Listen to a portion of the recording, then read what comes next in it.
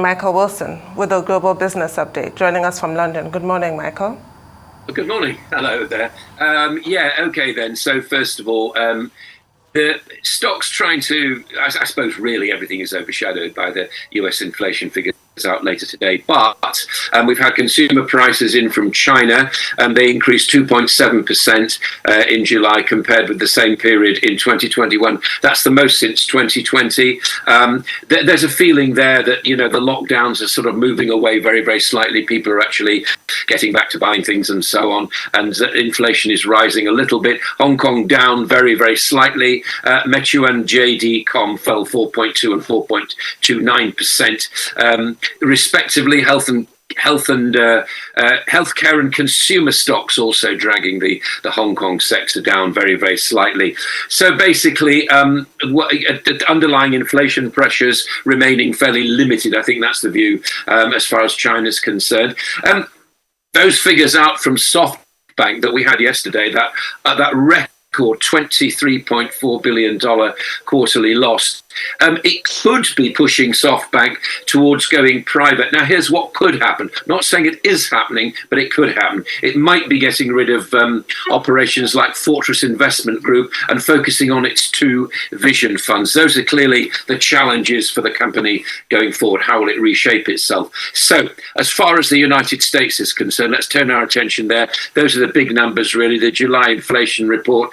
Stock futures, little changed. Yesterday, stocks fell very, very slightly on Wall Street. But again, most of the attention focused on those all-important inflation figures. The question is inflation beginning to fall in the United States? That's something which consumers supposedly were thinking, as I was reporting yesterday, but who knows? Biden is pledging billions to companies which will rival high-tech manufacturing and scientific research, clearly signposting the fact that he's worried about China's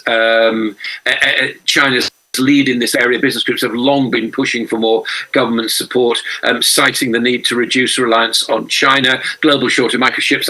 We've talked about this for the past months, but don't forget that I think this is going to be quite inflationary. I also feel as though this is a political move ahead of the November half terms, or rather midterm elections. Elon Musk has sold 7.92 million shares worth, Tesla shares worth $6.88 billion. That's ahead of the court fight with Twitter.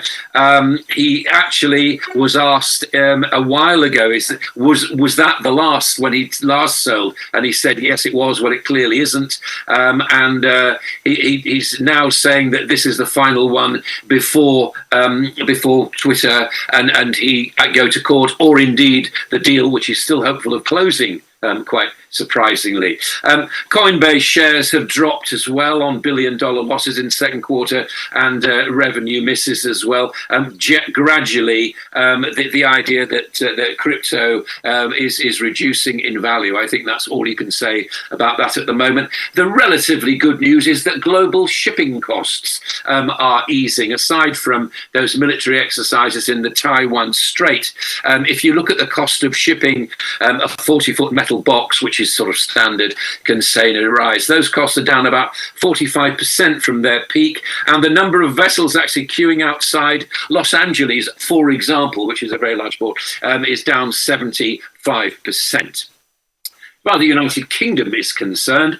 A note from a particular bank saying, this is from Saxo Bank, which is not unaware of the kind of problems facing the economy, given the layoffs of staff that they've had there.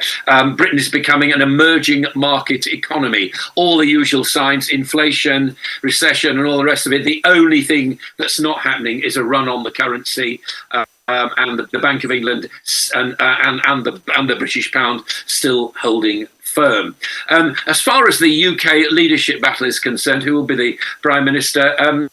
It's Liz Truss's turn today to really hit the headlines. What she's saying is she's going to take on the Bank of England. She's going to stop faceless bureaucrats, as they're called, stopping post-Brexit reforms. But she's also rejected the CBI, the bosses' organisation of big industry in this country, CBI, Confederation of British Industries, call to join Boris Johnson and Rishi Sunak on some sort of emergency plan to help people through the energy crisis.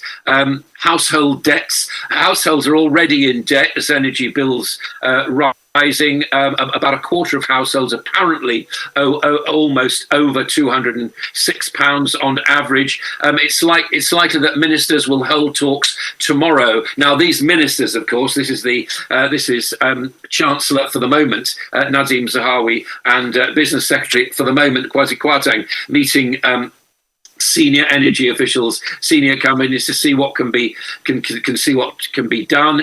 As far as train strikes are concerned, the next one's on Saturday. Avanti, which serves the northwest. Now, the reason I'm quoting this is that this is quite important. I feel that the leaders, including industry leaders and also the Mayor of London, is actually saying to Avanti, or saying to the government, either get them to get those trains back on track. We don't want them stopping people going to the West Coast, or think about the contracts. And that's a message to the Transport Secretary, Grant Shapps. As far as oil's concerned, again, there's been a slight fall. I've got Brent down 0.2% to 96, WTI at about $90 a barrel. I wouldn't put too much faith in that, given that we haven't heard from OPEC, which we're going to do during the week. But as we stand, that is the global view. Right. Michael, thank you so much for that. Since you talked about the shipping cost of container reducing, does that mean invariably there will be a knock-on effect on the price of products and commodity? Because pre-COVID levels, one of the things that jacked up inflation was the price of shipping that was added on and passed on to consumers. Does it mean there's going to be, a steady deceleration in those price of goods and services and the likes? And I want to talk about energy costs. I mean, what is Rishi Sunak's plan or Lee Strauss' plan now as regards this energy cost? Because the costs are tilting up and there are no solutions as regards it. And obviously that wager of the £400 that they talked about cannot go anywhere, because that money will be taken out probably from your council taxes, and it will not go anywhere at all. And it just shows the quagmire the British economy is in at this time, because winter is coming. There's no question about that. Surely the calendar is now turning towards the colder months. Yes, absolutely. I feel as though there are no simple answers. I mean, it's a question of balancing one thing against another. I feel as though things don't necessarily turn out as economic pointers do, because if they did, that would all be very rich or we'd all be very poor, wouldn't we? So forecasts are just forecasts, really. I think there is an enormous problem, and there's a limited amount to what ministers can actually do. I mean, we know the old arguments about windfall taxes and the rest of it. If you take off a windfall tax, it's likely that the company won't invest. I actually don't believe that. I think the oil companies are investing. I think the fossil fuel companies have got their eye on a much, much more distant horizon, which is when the transition from fossil fuels to greener sources of energy, and they will have to do that. I mean, what's happening is very serious in the world today, but I do feel as though they've got a longer term view. I still think the investment would continue. If I were government, what I'd be doing, and of course we don't have one really at the moment, but if I were in power, if I were coming into power, I'd be dragging the energy companies by the scruff of the neck together, just as I understand that the Chancellor and the President Business Secretary are going to do tomorrow. I have no idea the success of that. But if I were Prime Minister, I'd be dragging them together and saying, OK, we've got to solve this. Now, you will be taking smaller margins from this. It's clearly that the regulator has failed in its role. Ofgem is crazy. I mean, they're going to put another cap on prices in October and another cap on prices in January. For his part, Rishi Sunak, should he become Prime Minister, is saying that he's not going to move until he finds out what the actual price is. Liz Truss is saying that, I think effectively, that cuts in income taxes will allow people to spend more money on energy. I feel as though there's some kind of middle ground here. It's very, very difficult to deal with. But, I mean, if you look at what's actually going on, I mean, Centrica, for example, was involved in a big contract of buying LPG yesterday. And, it's not all just about Russia and the amount that it's getting from India and China and so on. And if you examine those kind of contracts, it's not all roses, actually, and I think there are plenty of moves to come before we actually get to equilibrium again. And of course, the oil price has fallen again this morning, below $100 a barrel. And my suggestion is it probably won't last much beyond OPEC, but there we go. As far as freight costs are concerned, yes, I mean, why don't we hope that's what happens? Why don't we hope that it won't necessarily solve the supply chain problems, but it may soften some of the costs. And if that happens, then all to the good. Let's worry about inflation later. If it causes that, I don't think it will. I think it'll just make trade flow more easily. And as I've often said to you, I think most people are strong believers in international trade one way or the other. What do you think of this, the latest hustings in Darlington? This whole process is going on for far too long, it really is. With everybody sticking to their guns, Liz Truss insisting on general tax cuts and Rishi Sunak wanting targeted help to people. But more interesting for me is Liz Truss saying that if she becomes PM, she'll scrap the investigation by the Privileges Committee into whether or not Boris Johnson lied about Partygate. And that for me is what could be the issue. I'm old enough to remember sleaze, Tory sleaze in the major era, which ushered in Labour, the Blairite years. And that has just stuck. That clings to the Tory party. By doing that, is she not doing what a lot of organizations are guilty of? Whether it's an organization, a company, a political party, you rise or fall based on the worst behavior you are prepared to tolerate, excuse, and sweep under the carpet. I would hope that what you say is absolutely right. I have a feeling that people actually have bigger things to. I think that Partygate and all that has kind of disappeared now. I mean, it may have done, it may not have done. I don't think it's an issue on the doorsteps right now. I think the issue on the doorsteps is the cost of living, and I think that's front and center. I think people are gradually going to realize that they're going to have to change the way they think about things. I mean, for some people, it's going to be a massive generational thing. There are children living at home amongst our friends who are 25, 26 years old. What's that about? Why are these people not at work? Why are these people not actually out and fending for themselves? It's quite extraordinary how that generational. I think there's a lot of change to come. I think however, you're right about the sleaze. Of course you are. And it should be that politicians don't have that, but, that they are politicians after all. I think on the doorsteps, I think people are worried about the cost of living, energy costs, and where the world is going. I don't even think that much bothered about Ukraine. They're not bothered about China and Taiwan. They're bothered about how it's actually hitting them and their families and how they're going to get through the winter. And if I were a politician, that's what I would be concentrating on, because that is the true issue. Partygate, come and gone. All right, so, it wasn't very good, bit of sleaze, etc., but that's all in the past. Concentrate on what's actually going on right now, and that is the cost of living. Yeah, good morning, Mr. Wilson. President Joe Biden signing a whopping $280 billion for production of semiconductors and other high-tech materials. A different way of confronting China, coming on the heels of that visit by Nancy Pelosi. But yes, they are saying that it may also bring about more inflation, but it's strategic, because to leave China dominating the production of these high-tech goods, it's like leaving oil and gas in the hands of a certain Vladimir Putin on the long run. Quite strategic, you would say. Wilson? I'm not exactly sure what Nancy Pelosi was doing in Taiwan. Quite honestly, I think it was probably quite confrontational for her to go. If you listen to Biden's critics, all he's doing is stoking up inflation and stoking up more public spending and wrecking the world's economy in the United States by saying these kind of things. And where is that money actually coming from? I quoted it because I think it's quite a good idea to onshore, or at least as Pelosi seems to have been saying when she's been going around the world, friend-shoring companies, which I think is probably quite a good idea.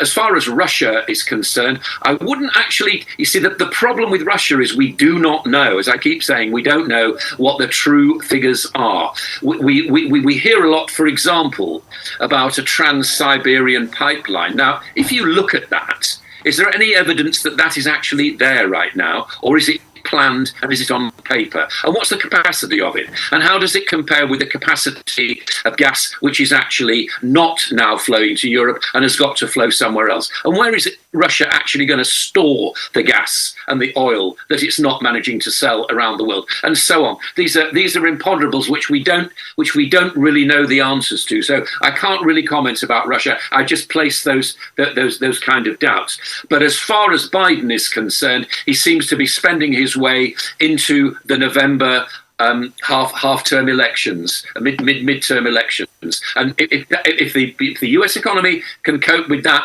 then that's absolutely fine. I have my doubts about that. Well, thank you for your time, Michael. We'll take a short break now. We'll be back with Rosa Sadiri for the African Business Update.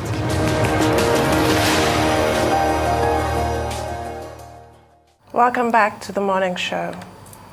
Here on Arise News, our dependable Rosa Sadiri is here to give us an African business update. Good morning, Rosa. Good morning, Tunu. Good morning, Rufai. Good morning, Mr. Ifeni. Good to see you. Good to see you. Yes, we begin with the Railway Corporation. They have reduced the Lagos-Ibadan routes apparently by about 60-odd% as a result of diesel prices. Now, remember the last time we talked about the NRC reducing their routes, Kaduna, Warri, Takwe, and so on and so forth. That was because of terrorism, right? Because they wanted to make sure that they were the routes were safe from banditry and so on and so forth. And I wondered out loud, I was like, where does diesel now come into all this? Because if your routes are being reduced, you're not selling enough tickets, and that is going to now impact on your revenues. And what's revenue? Revenue is price times volume, right? So your volumes are going down because you're not able to, because of safety. So that's insecurity. But then macroeconomic issues, Russia invasion of Ukraine, oil prices where they are, diesel up 300%. That's now factored in. Here's some very interesting quotes from the managing director of the Nigeria Railway Corporation, Mr. Fidet Okiria. He said the Lagos-Ibadan train service is running, but we have reduced the number of trips on that route because of the diesel problem. We've reduced the number of trips we are running because of the hike in the diesel price. And then he continues. This is where the price and volume metric comes in. Let's look at his second quote from him. I think I was talking to the Punch newspaper. He said, we're now doing 2 return trips as against 6, which by now should have gone to 10. So they were going to increase volumes, which have increased revenues. So we run just 2 trips now due to the diesel problem. This is very similar to banks reducing their hours of operation because of diesel, airlines not being able to fly. Now get this, price and volume, right? So the volume is 1, it's gone down. What about the price? He says we just can't increase prices by ourselves. The government has to do that. The government has to do that. One more time. The government has to do that. We have made some recommendations, but even the recommendations we made, the new price of diesel has overshot our workings as contained in the recommendations.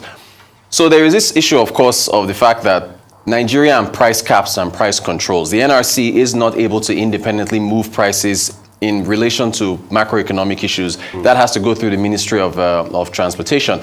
So this ticket fare is not reflective of realities.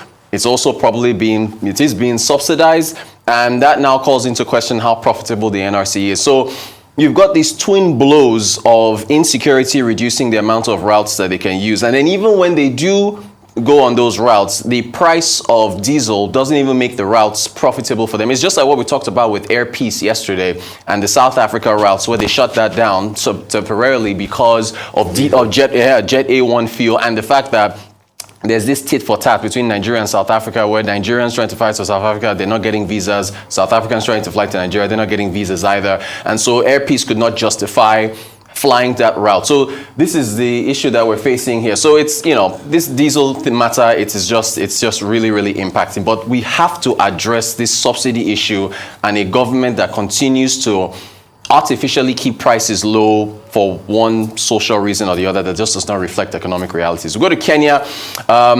Kenya, voting has ended, counting has begun, but as at 4 p.m. East African time yesterday, turnout was about 56%. As of 2017 or so, it was by 83%. And they are saying that there's a number of issues. One, high cost of fuel. There you go. There's a fuel issue again, impacting people being able to travel to a polling center. Also, possibly voter apathy in the fact that their current leaders did not meet up with the promises that they made. The good old campaign in poetry, governing prose, and so on and so forth.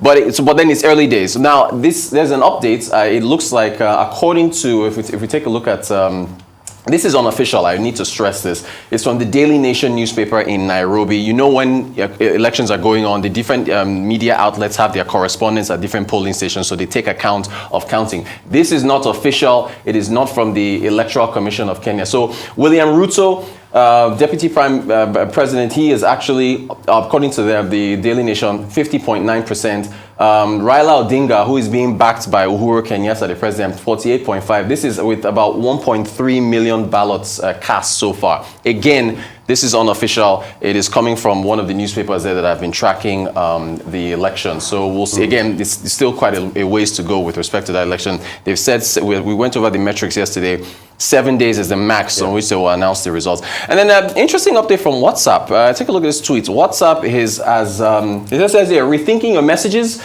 Now you have a little over 2 days to delete your message from your chats after you hit send. 2017, before you couldn't delete messages on WhatsApp, right? And if you've ever had an argument with someone or you sent some message accidentally to a group and you've panicked about being able to delete that message, back in 2017, it was 7 minutes. You had 7 minutes to delete that message. In 2018, they increased it to about an hour, 16 minutes. And now it's about 60 hours where you can delete a message. They've also released a whole number of new privacy updates. Here's a new one with respect to a view one feature when you send media. Take a listen or look.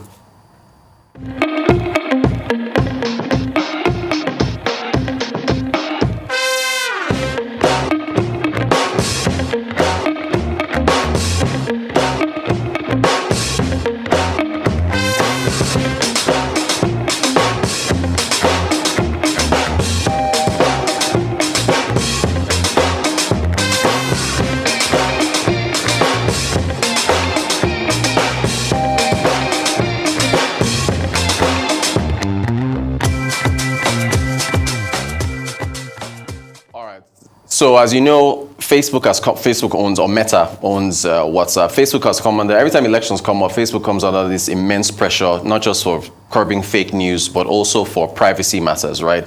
And so with this view once feature, you can send media to somebody, a picture or whatever it is, and once they view it only once, it goes, it disappears. So as far as privacy, there are a number of other rollouts.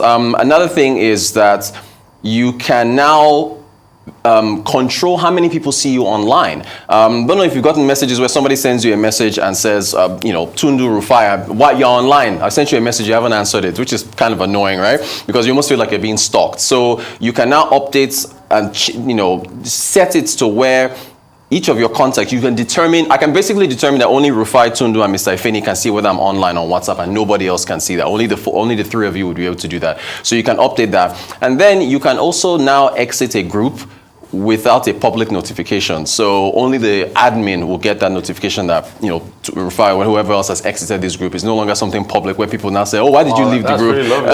No, so try that now. That's the latest update coming from WhatsApp I don't use. care. I said what I said. You won't delete it. Any messages. I think I tried it. But real quickly, let's go to the story of diesel. Yeah. I mean, it just shows that, yes, a lot is hitting at us economically, but how can we stand? Then we need to be more nimble, we need to be more agile, we need to be more innovative. So I have always faulted the model at which we run trains in Nigeria. Good idea, we've brought the trains back, but I think it should be pushed in such a way that the NRC becomes regulators and you bring the private guys in, and you said, some level of decency in the market.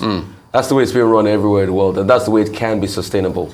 But as also the regulator, you must be able to ensure some things, all right? Safety on the tracks, security and the likes and all of that. Then they pay a certain fee. And I think with that, there'll be people that will want to bring in more locomotive and things like that. So I think that's just the way forward, because that will also help private sector come in and we'll have a real sector really in Nigeria. Secondly, speaking about Kenya, I'm not surprised about the results I'm seeing. It's very neck and neck. It's still up close in the air. Yeah. And let's say it pans out. But until they announce, I know Kenya elections are very funny. If you remember the Mwai Kibaki elections and the Raila Odinga elections in 2007, that all of a sudden things just changed overnight. Yep. You remember Kenya for what it is. Well, what's up? Tundu, you say once you write, you stand by what you have written. Well, for some of us, we have to delete. No, sometimes you just want to make your message more elegant after thought. Right. And you should have the opportunity to do that. Well, Kenyan election, the exit poll showing that Raila Odinga seem to be trailing. But like you said, until the result is announced, exit poll can just guide you, but not necessarily the real result. Well, NRC, appropriate pricing of rail tickets. Well, where there is subsidy, you talk of appropriate pricing, familiar story in Nigeria. Yep, everywhere you go. So Tony, you're still not deleting those messages. Huh? No. Thank you, Ruth. Thank you.